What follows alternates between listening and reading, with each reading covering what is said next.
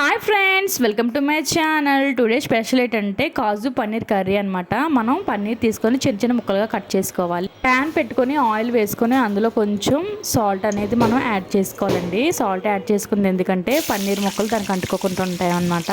ఆ పన్నీర్ పీసెస్ ఏమో కొంచెం దూరగా వేయించుకోవాలి, బ్రౌనిష్ కలర్ వచ్చేంత వరకు.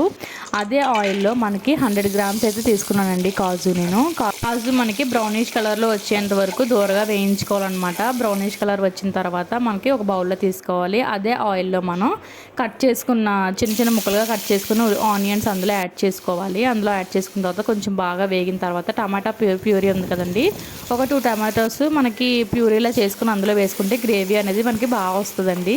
కొంచెం దూరగా వేయించుకోవాలి. ముందుగా సాల్ట్ వేయడం వల్ల కొంచెం బాగా మెత్తగా ప్యూరీగా ఉంటుంది అనమాట. ఇప్పుడు అల్లం వెల్లుల్లి పేస్ట్ వేసుకోవాలి. అల్లం వెల్లుల్లి పేస్ట్ వేసుకొని దాన్ని కూడా కొద్దిగా దూరగా వేయించుకోవాలన్నమాట. పచ్చివాసన అది పోయేంత వరకు కొంచెం బాగా అనేది వేయించుకుంటే మనకి చాలా టేస్ట్ అనేది బాగా ఉంటుంది. ఇప్పుడు మనకి ఎంతైతే సరిపడా కారం అనేది యాడ్ చేసుకోవాలి. కొంచెం మనకి రుచికి సరిపడా ఉప్పు అయితే యాడ్ చేసుకోవాలన్నమాట. ఈ సాల్ట్ కారం యాడ్ చేసుకున్న తర్వాత మనం కొంచెం దూరగా వేయించుకోవాలి. ఈ కారం అనేది పచ్చివాసన రాదు, మనకి స్మెల్ అనేది పోతుందన్నమాట. ఇదే కొంచెం దూరగా వేయించుకుంటే ఇందులో కొంచెం వాటర్ అనేది యాడ్ చేసుకుంటే మనకి ఇది కొంచెం బాగా కొతుకుతలాడుతూ ఉడుకుతుంటే మనకి చాలా మంచి ఫ్లేవర్ అనేది వస్తుంది. ఇప్పుడు అలా కొంచెం కలుపుతూ ఉండాలన్నమాట. కొంచెం దూరగా వేయించుకుంటే మనకి మీడియం ఫ్లేమ్లో పెట్టుకొని కొంచెం బాగా ఇది పచ్చివాసన పోయేంత వరకు బాగా చక్కగా ఉడుకుతుందండి. చూసారా ఎంత బాగా ఉడుకుతుందో.